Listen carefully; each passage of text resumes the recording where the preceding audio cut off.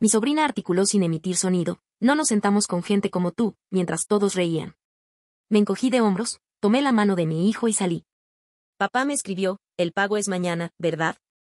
Le respondí, no es mi problema. Al día siguiente llegó un mensaje que transformó su risa en pánico. Sabía que no debía haber ido. Mi instinto me decía que no lo hiciera, pero dejé que mi hijo me convenciera. Echa de menos a sus primos. Esa fue la única razón por la que fuimos a la cena familiar a la nueva casa de mi hermana. Se había mudado hacía apenas unas semanas. Todo gracias a un pago inicial que misteriosamente apareció de una amiga. Esa amiga era yo. Nunca me dio las gracias. Ni una sola vez. Empezó a publicar como si se lo hubiera ganado a pulso. Mensajes sobre nuevos comienzos y cómo el esfuerzo da sus frutos. Mientras tanto, fui yo quien la ayudó a mejorar su historial crediticio, negoció el contrato de arrendamiento y le transfirió la cantidad exacta que necesitaba para la firma. Y no lo hice para obtener reconocimiento. Lo hice porque es mi hermana y pensé que eso todavía significaba algo. La casa estaba decorada como una casa modelo. Todo en tonos beige y dorado, encimeras de mármol, velas sin estrenar. Nos recibió como si fuéramos invitados a una jornada de puertas abiertas. No eran de la familia. Sus hijos pasaron corriendo a nuestro lado, sin abrazos. Ni rastro de euforia. Un caos total. Mi hijo estaba allí de pie, sosteniendo la cajita de galletas que había elegido para ellos en Target. Me preguntó si aún debía dársela. Le dije que no. Entramos en el comedor. Mi hermano y su esposa ya iban por la mitad de una botella de vino. Mi padre estaba saboreando su segundo vaso de bourbon y mi madre apenas levantó la vista. Los de siempre. Siempre había existido esa alianza tácita entre ellos, de la que nunca me enteré. Antes pensaba que me lo imaginaba, que quizá era demasiado sensible. Pero aquella noche todo quedó clarísimo. Mi hijo y yo estábamos sentados en el otro extremo de la mesa. Abrió su iPad y le enseñó a uno de sus primos un juego en el que había estado trabajando. Es un genio con la tecnología, siempre está creando cosas que ni siquiera entiendo. Estaba entusiasmado. Lo notaba en su forma de hablar. Entonces mi prima, mi sobrina, se inclinó hacia mí. Articuló las palabras lentamente, como queriendo asegurarse de que yo lo viera. No nos sentamos con gente como tú. Entonces miró a los demás y comenzaron las risas. Esa clase de risa que no es fuerte, sino aguda. Como si todos estuvieran compinchados. Miré a mi hermana. Estaba bebiendo vino. Con la mirada fija al frente, como si no hubiera visto nada. Pero sí lo vio. Ella siempre ve. No reaccioné. No hice preguntas. Tomé la mano de mi hijo y le dije que nos íbamos. Me miró confundido. No le di explicaciones. No tenía por qué dárselas a nadie.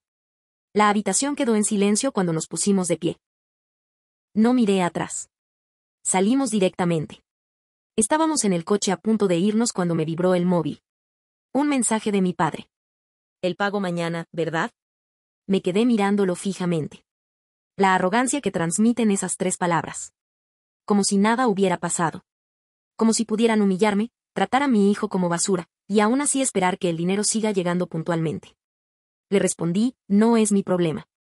Sin emojis. Sin puntuación. A la mañana siguiente solo envié un mensaje. No al chat grupal. Ni siquiera a mi hermana. Solo a una persona. Un solo mensaje. Bastó con eso. Esa pequeña frase y todo empezó a desmoronarse. Pensaron que volvería arrastrándome. Que al final cedería, me disculparía y fingiría haber entendido mal. No tenían ni idea de lo que ya había planeado.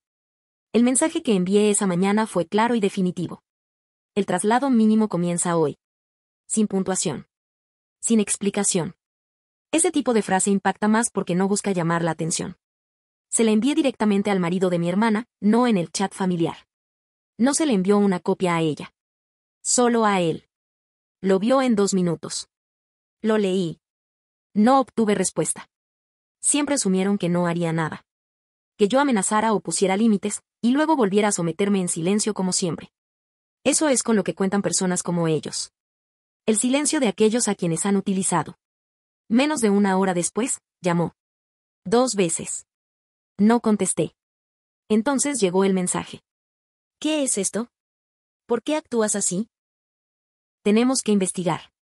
Esto se debe a un niño. Dejé el teléfono boca abajo y le preparé panqueques a mi hijo. Él estaba viendo un tutorial de programación en YouTube, completamente ajeno al drama que se desarrollaba tras bambalinas. Me gustaba así. Quería que creciera sabiendo que la paz no se consigue complaciendo a los demás, sino sabiendo cuándo levantarse de la mesa. Al mediodía, el concesionario me llamó para confirmar el proceso de transferencia. Les dije que quería iniciarlo esa misma semana.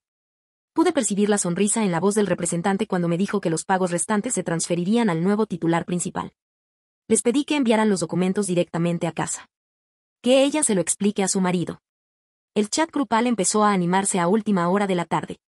Primero fue mi hermano, como era de esperar. ¿En serio estás haciendo otro numerito dramático? ¡Qué chiste!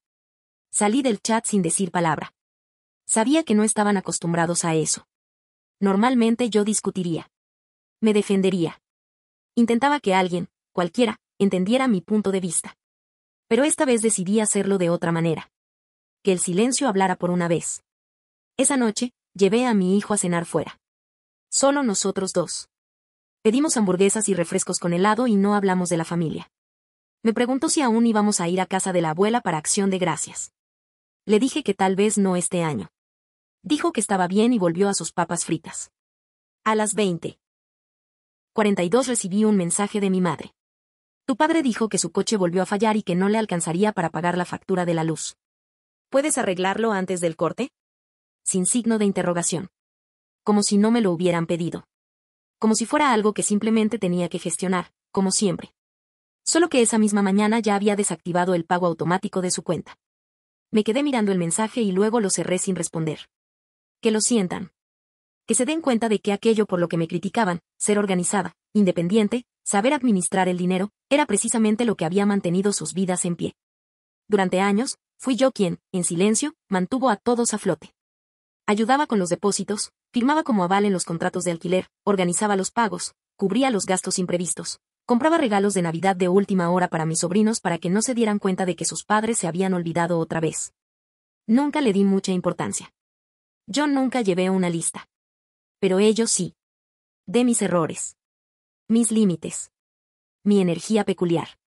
A la mañana siguiente, recibí un mensaje de voz de mi hermana. Intentaba sonar tranquila, pero podía percibir el pánico en cada palabra. Dijo que ya habían hablado del tema y que tal vez deberían reunirse pronto, solo los adultos, para aclarar las cosas. Querían empezar de cero. Todo estaba sucediendo más rápido de lo que pensaba. Creían que iba a ceder, que me quebraría por la culpa. Que no podía soportar ser yo quien se marchara. No tenían ni idea de que llevaba meses planeándolo. Y ni siquiera había tocado el seguro de mi padre todavía. Para cuando les llegó el contrato de alquiler, ya estaban desmoronándose. No hacía falta que les preguntara. Lo presentía. El silencio de mi hermana era distinto ahora. No era arrogante ni desdeñoso como antes. Era ese tipo de silencio en el que uno se sumerge cuando se da cuenta de que el suelo bajo sus pies no es tan estable como creía. Cuando de repente desaparece la red de seguridad y tratan de fingir que no se caen, yo no tenía prisa. Sabía cómo funcionaba esto. Desmantelas la estructura en silencio y deja que sientan su peso poco a poco. Primero llegó el mensaje de mi padre: mi tarjeta bancaria no funciona. ¿Puedes revisar qué pasa? Todavía no se ha dado cuenta de que quité mi nombre de la cuenta como administrador. Ni siquiera fue con mala intención. Simplemente no quería que mi nombre estuviera vinculado a gente que me veía como un cajero automático. El mismo hombre que ni siquiera se dignó a mirarme durante la cena, de repente me pidió ayuda para pagar la factura del agua. No le respondí. Ese mismo día, mi hermana publicó una foto de sus hijas con sus conjuntos de otoño a juego. Todo sonrisas, calabazas, sidra de manzana, mensajes sobre la familia como lo más importante. Lo ignoré por completo. Una hora después, me envió una solicitud de pago por Venmo por $210. La nota sobre las cosas de Halloween. Dijo que ayudarías, ¿recuerdas? Eso fue lo que me impactó. Él dijiste que ayudarías. Sin duda. No, sí puedes. Simplemente una factura fría de alguien que solía llamarme su mejor amiga en los chats grupales familiares. La rechacé y la bloqueé. Sin explicaciones. Sin dramas. Acababa de terminar. Entonces llegó el correo electrónico de la esposa de mi hermano. El asunto era: aclaremos las cosas, como si fuéramos socios en una fusión fallida. No lo abrí. Había sido una de las que más se había reído en aquella cena. Ahora quería paz. No me interesaba. En vez de eso, abrí mi hoja de cálculo financiera. Esa que nunca le he enseñado a nadie. La que actualizaba cada vez que enviaba dinero para una emergencia, un cumpleaños o una avería inesperada del coche. El total era asombroso. Estaba sentada en la cocina mirando las cifras y me reía a carcajadas. Nunca lo guardé para reprochárselo a nadie. Lo guardé porque nadie más lo hizo. ¿Comida para mi hermana durante su baja por maternidad? $1,300 en 3 meses. ¿El copago de la cirugía dental de mi hermano? $420. ¿La factura de la calefacción de mi padre durante aquella nevada del 21? $268. ¿Juguetes, regalos y ropa para las fiestas cuando se les olvidaba? Dejé de contarlos.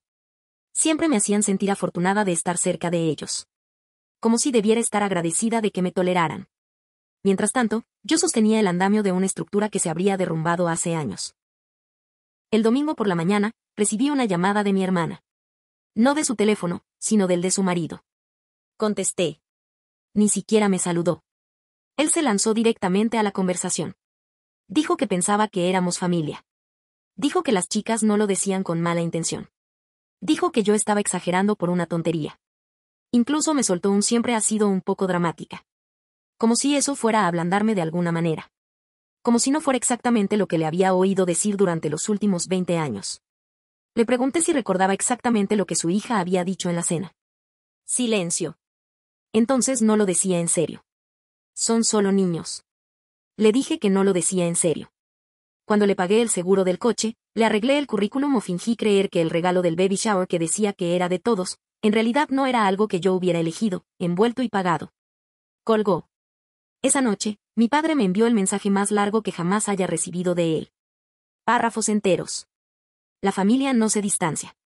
El dinero va y viene, pero los lazos de sangre no. Le estás enseñando a tu hijo un mal ejemplo. Lo leí entero una vez. Luego apagué el teléfono. Mi hijo y yo nos quedamos despiertos preparando manzanas acarameladas en la cocina. Fue un desastre. Usamos demasiado chocolate. Se rió y me contó que uno de sus primos solía llamarlo raro cuando pensaban que no podía oír. Me preguntó si por eso ya no íbamos a casa de la abuela. Le dije que sí.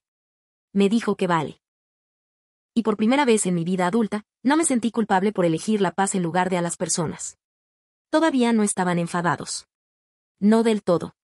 No fue así como lo había planeado. Todo empezó cuando la aseguradora llamó a mi padre para decirle que su póliza de seguro de auto había sido cancelada, porque el pago automático estaba a mi nombre. Todo empezó con una llamada de un número desconocido. Casi la dejé ir al contestador, pero estaba removiendo la salsa de la pasta con una mano y la curiosidad me pudo. Era un hombre de la aseguradora de mi padre, educado pero visiblemente incómodo. Quería confirmar la cancelación de una póliza. Le dije que no había cancelado nada, que simplemente había dejado de pagar. La diferencia era técnica. Se quedó callado un segundo y luego dijo que la póliza de mi padre había caducado por completo hacía 6 días. Sin pagos, sin renovación, sin periodo de gracia restante. Lo dijo como si esperara que lo solucionara al instante. Le dije que ya no administraba esa cuenta y colgué. Ni siquiera 20 minutos después, recibí un mensaje de mi hermano. ¿Qué demonios le hiciste al seguro de papá? Sin saludo. Sin contexto. Solo una acusación, como si no hubiera pasado los últimos años manteniendo sus vidas a flote en silencio, como una cenicienta de pacotilla con una cuenta corriente. Luego, le remolcaron la camioneta hoy. La policía lo detuvo por una luz trasera defectuosa, revisó la matrícula y dijo que no tenía seguro. Está varado. ¿Estás contento ahora? Esa parte no estaba planeada. No había pensado en qué pasaría si lo paraba la policía. Simplemente dejé de pagar. No llamé a la policía. No toqué su cuenta. Simplemente saqué mi tarjeta y me fui. Pero claro, le tocó a él. Porque nadie más se daba cuenta. Mi madre probablemente pensó que los correos de la aseguradora eran spam. Mi padre supuso que yo lo manejaría como siempre. Ninguno de los dos preguntó. Nunca lo hicieron. Lo que de verdad dolía era la camioneta en sí. Siempre se burlaban de ella en la familia. Decían que era vieja, ruidosa y fea. Pero para él era importante. Reconstruyó el motor con un amigo en los años 90. No era nada del otro mundo, pero era suyo. Recordaba cuando era niño y me sentaba en el asiento del copiloto mientras me llevaba al mercadillo. Todavía olía a aquellos sábados. Ahora estaba sentado en un depósito de coches porque había dejado de hacer el trabajo invisible. Más tarde esa noche, mi madre finalmente rompió el silencio con un largo mensaje de texto. No fue un mensaje de voz, ni una llamada. Simplemente ese punto intermedio pasivo-agresivo donde podía fingir que estaba siendo amable. No sé qué te pasa, pero estás lastimando mucho a la gente que te quiere. Así no funcionan las familias.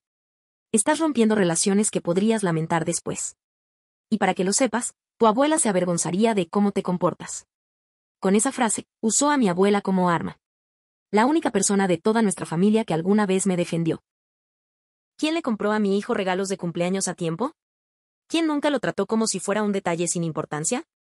Me quedé sentada en el sofá, mirando fijamente ese mensaje, sintiendo una punzada en el pecho. No respondí. En vez de eso, abrí mi portátil y terminé algo que llevaba tiempo posponiendo, el cierre formal del fondo educativo conjunto que había creado para mis sobrinos hacía 5 años. Aunque nadie sabía que yo había estado contribuyendo. Simplemente fui añadiendo $50 aquí y allá, cuando podía. En todos esos cumpleaños en los que no llevé juguetes, ahí fue donde fue a parar el dinero. Cerré la cuenta, retiré el saldo final y lo transferí a un fondo de ahorros para mi hijo. Él merecía beneficiarse del dinero que yo había reservado. No los niños que se reían de él. No los padres que lo permitían. Esa noche recibí otro mensaje. Este era diferente. No tenía nombre. Sin número. Un simple sobreacolchado en mi buzón. Dentro había una pulsera de cuentas. De esas que hacen los niños con hilo elástico y letras de plástico. Las cuentas formaban el nombre de mi hijo, pero le faltaba una letra, como si se le hubieran acabado. Había un papel doblado alrededor. Parecía arrancado de un cuaderno. Lo siento. Mamá dice que no debería decir eso, pero lo digo. Te echo de menos y extraño el nombre de mi hijo. Por favor, ven a la obra de Navidad. Quiero que estés allí. Fue mi sobrina. La misma que articuló esas palabras en silencio durante la cena. La misma que se rió mientras los demás apartaban la mirada. Y le creí. Porque los niños no fingen culparse así a menos que lo sientan de verdad. Pero lo más triste, sabía que probablemente tuvo que sacar esa carta a escondidas. Porque su madre no quería que pidiera perdón. Su madre no quería que yo apareciera. Su madre quería tener el control. De esas relaciones que no puedes mantener cuando la gente deja de depender de ti. Se estaban alejando. No porque yo los estuviera castigando. Pero como por fin se valían por sí mismos y se daban cuenta de que no habían aprendido a hacerlo, y yo ni siquiera había mencionado lo único que realmente necesitaban de mí, mi sello personal. Porque sin eso, mi hermana no podía refinanciar su hipoteca. Y el pago final vencía en 43 días. Él creía que yo no lo sabía. Sobre el pago final. Sobre la fecha límite para la refinanciación. Sobre la llamada que hizo a su prestamista hace 2 meses, en la que pidió una prórroga y se la denegaron. Ella dio por hecho que había olvidado que técnicamente seguía figurando como cofirmante. Que la casa que exhibía como un trofeo solo era suya mientras yo me mantuviera callada y sumisa. Pero yo lo sabía. Tenía la fecha guardada en 3 sitios, mi calendario, una nota adhesiva en mi cajón y una pequeña cuenta atrás en mi aplicación de presupuesto. 43 días. Faltaban 43 días para el vencimiento del pago total. Necesitaban mi firma para refinanciar. Sin firma, no hay nuevo préstamo. Sin un nuevo préstamo, no hay casa. Tendría que venderla o perder la hipoteca. Y de repente, ese pie de foto de Instagram de miren lo que construimos sonaría mucho más vacío. No había dicho ni una palabra. Quería que sintiera cómo avanzaba la cuenta atrás. Para cuando llegó el lunes, su silencio empezaba a parecer pánico. Todos los demás ya se habían puesto en contacto. Mi hermano envió un mensaje largo sobre cómo reconstruir la confianza y cómo tal vez todos debamos asumir nuestra responsabilidad. Fue conmovedor. Viniendo de alguien que una vez me dijo en acción de gracias que mi hijo probablemente necesitaba una figura paterna porque lo estaba criando demasiado blando. No le respondí. Mi padre volvió a llamar. Dejé que sonara. Me dejó otro mensaje de voz diciendo que no quería discutir, que nos echaban de menos, que no se le daban bien las emociones, pero que esta era su forma de intentarlo. Lo guardé. No es para repasarlo, solo para recordarme la diferencia entre esfuerzo y culpa. El martes por la noche estaba doblando la ropa cuando sonó el timbre. Abrí la puerta y encontré 2 bolsitas de regalo sobre el felpudo. Una tenía una sudadera azul oscuro, claramente de la talla de mi hijo, aún con la etiqueta. La otra tenía un set de Lego Technic, no uno cualquiera. El mismo que había marcado en un catálogo que tenía en casa hace unas semanas. Sin nota. Sin nombre. Solo silencio y una ofrenda. Sabía que era ella. Dejé las bolsas en la encimera y no dije nada. A las 21:17 me envió un mensaje. Creo que tenemos que hablar. Sé que las cosas se fueron de las manos. Necesito preguntarte algo. Por favor. Sigue sin haber disculpas. Ni una palabra sobre lo que dijo su hija. Es el lenguaje extraño y cauteloso que usa la gente cuando quiere algo pero no quiere admitir que hizo algo mal. No respondí. Quería que lo reflexionara. Despertarse en mitad de la noche, revisar la aplicación del banco y darse cuenta de que el prestamista no estaba jugando con ella. Sentir lo que es depender de alguien que por fin ha aprendido a decir que no. El miércoles por la mañana mi madre me escribió. Tu hermana está en problemas. Está asustada. El banco ya le está avisando. No puede refinanciar sin tu firma. Lo sabes. Y ahora viene lo peor. No te pido que la perdones. Pero los niños no deberían perder su hogar por un error. Piensa en tus sobrinas. Mis sobrinas. Las mismas que cuchicheaban a espaldas de mi hijo. Las mismas que recibieron iPads por Navidad y luego trataron a mi hijo como si fuera inferior a ellas por no tener uno igual. Pero seguía pensando en la carta. En la pulsera. En aquella página rota del cuaderno con el nombre de mi hijo escrito con cuentas temblorosas y torcidas. No era insensible, pero ya no estaba presente. No como antes. Esa noche llevé a mi hijo a tomar un helado. Nos sentamos en el coche y comimos en silencio. De repente, preguntó, ¿volveremos alguna vez allí? A su casa. Lo miré. Su rostro estaba sereno. No mostraba esperanza. Solo tenía curiosidad. Le dije que tal vez. Las cosas cambian. Dijo que no creía que lo hicieran. Pero a mí me gustó el set de Lego.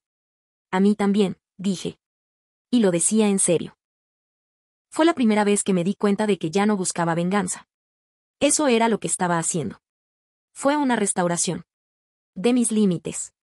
De mi tiempo. De mi paz. Y podían adaptarse a esa nueva versión de mí, o ver cómo todo lo que habían construido se derrumbaba. 43 días.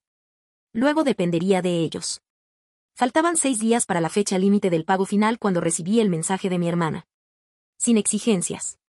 Sin culpa. Solo 10 palabras que sonaban diferentes a todo lo que había dicho antes. Si no firmas, lo entenderé. De verdad que sí. Eso es todo. Nada de comentarios pasivo-agresivos. Nada de fingir que se trataba de los niños. Solo silencio, seguido de lo que casi se sintió como una exigencia de responsabilidad. No respondí. En cambio, pasé el día con mi hijo. Hicimos lasaña casera. Vean el documental sobre tiburones. Preguntó si todavía estábamos enojados con esa gente. Así lo dijo. No es nuestra familia.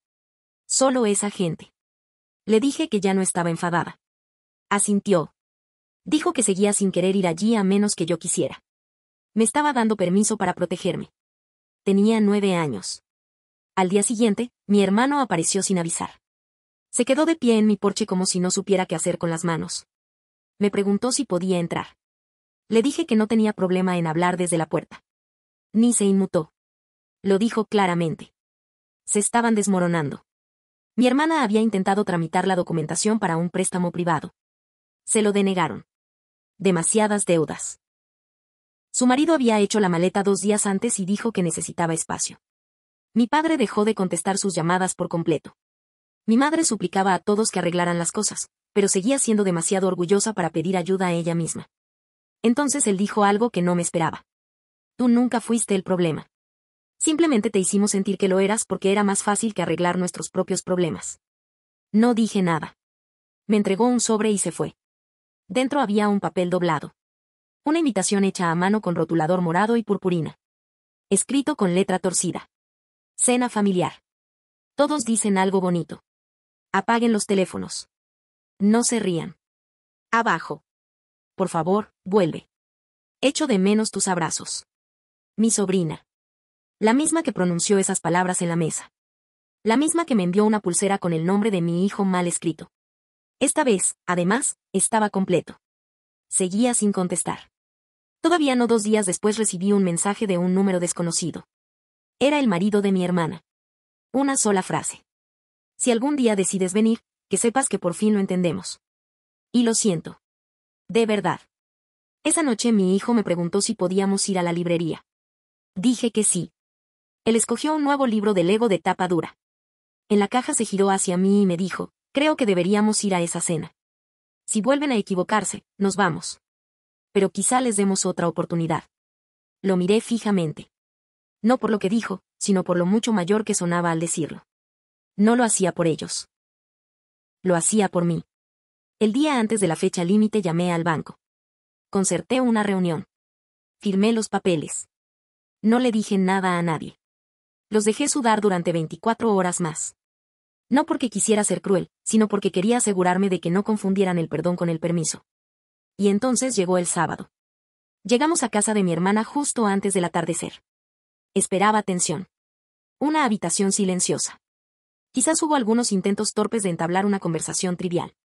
En cambio, me topé con algo que no reconocí. La mesa estaba llena. Comida de verdad, no solo aperitivos. Una tarjeta impresa con el nombre de mi hijo. 2 regalos delante de su silla. Una estaba envuelta en tiras cómicas de periódico. La otra, en cinta dorada. Nadie sacó su teléfono. Nadie hizo bromas a costa de nadie. Todos escucharon. Todos hablaron una vez. Cuando se hizo el silencio, mi hermana se puso de pie. No lloró. No actuó.